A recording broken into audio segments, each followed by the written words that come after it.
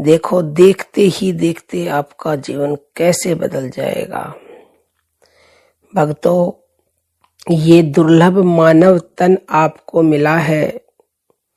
कभी आपने सोचा है कि अनंत कोटि जीवों में ईश्वर ने सिर्फ आपको ही क्यों चुना है?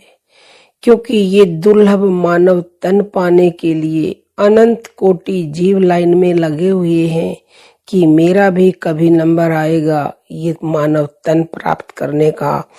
क्योंकि जो कल्याण आप मानव तन में कर सकते हो वो और किसी योनि में नहीं कर सकते। इस देह के लिए देवता भी तरसते हैं। तो आपको ईश्वर ने चुना है, लेकिन जिस चीज के लिए ईश्वर ने आपको चुना है, मानव देह दी है, हेतु की कृपा करके आपको मानव तन दे दिया, आपको उसने चुन भी लिया, लेकिन हम उससे किया हुआ प्रॉमिस भूल गए। हमने उससे प्रॉमिस किया था कि हे प्रभु, मुझे एक मौका दे दीजिए, मैं इस जन्म में अपना लक्ष्य प्राप्त करके ही रहूंगा। लेकिन पैदा होते ही संसार के चक्र में फंस जाते हैं, माया हमें भ्रमित कर देती है और हम प्रभु को बिल्कुल भूल जाते हैं। तो मैं आज आपको एक रामबाण मंत्र बता रही हूँ। ये वाक्य समझ लीजिए, मंत्र समझ लीजिए, जो भी आप समझना चाहें समझ लीजिए। लेकिन सुबह उठते ही आप ये वाक्य बोलेंगे और आपको ये वाक्य मन में हमेशा याद रहेगा, तो आप अपने लक्ष्य को पालेंगे। प्रतिदिन उठते ही आपको ये बात याद करनी है, मन में ईश्वर से बोलना है कि मेरा जन्म सिर्फ और सिर्फ भगवान प्राप्ति के लिए हुआ है और मैं इस लक्ष्य को पाकर रहूंगा, चाहे कुछ भी हो जाए। इस वाक्य को आपको प्रतिदिन 9 बार बोलना है। मेरा जन्म भगवान प्राप्ति के लिए हुआ है और मैं इस लक्ष्य को पाकर रहूंगा। मेरा जन्म भगवान प्राप्ति के लिए हुआ है और मैं इस लक्ष्य को पाकर रहूंगा।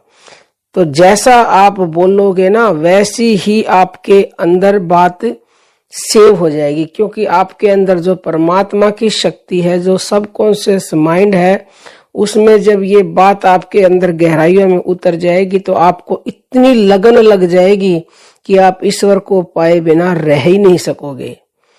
वो रास्ता बन जाएगा अपने आप। तो आप कुछ दिन ऐसा बोले, आपके अंदर भक्ति भाव आ जाएगा, चाहे आप कितने भी नास्तिक हो। आपका दिन रात भक्ति करने को मन करने लगेगा। आप ईश्वर प्राप्त करने के लिए बेचैन हो जाओगे। और अगर ईश्वर को प्राप्त करने के लिए लगन लग गई ना, तो आपसे बड़ा सौभाग्यशाली इस दुनिया में कोई नहीं है। क्योंकि हमारा यही परम लक्ष्य होना चाहिए कि हमें इसी जन्म में, इसी देह में हमें भगवान को प्राप्त करना। क्योंकि न जाने दोबारा ये मानव तन मिलेगा भी या नहीं, और मिलेगा तो न जाने कितनी योनियां झेलने के बाद हमें दोबारा से ये मानव तन मिलेगा। तो इसी जन्म में इस अवसर का लाभ उठाइए और अपने अंदर वो लगन, वो जुनून पैदा कीजिए, भक्ति पैदा कीजिए। और इस वाक्य के बोलने से निसंदेह भक्ति पैदा होगी। लेकिन प्रतिदिन आपको बोलना ही, चाहे आप भक्ति करने भी लग जाओ ना, तब भी ये वाक्य बोलना है। आपको भूलने नहीं देना है कि मेरा लक्ष्य क्या है, मैं किस लिए जीवन में आया हूँ।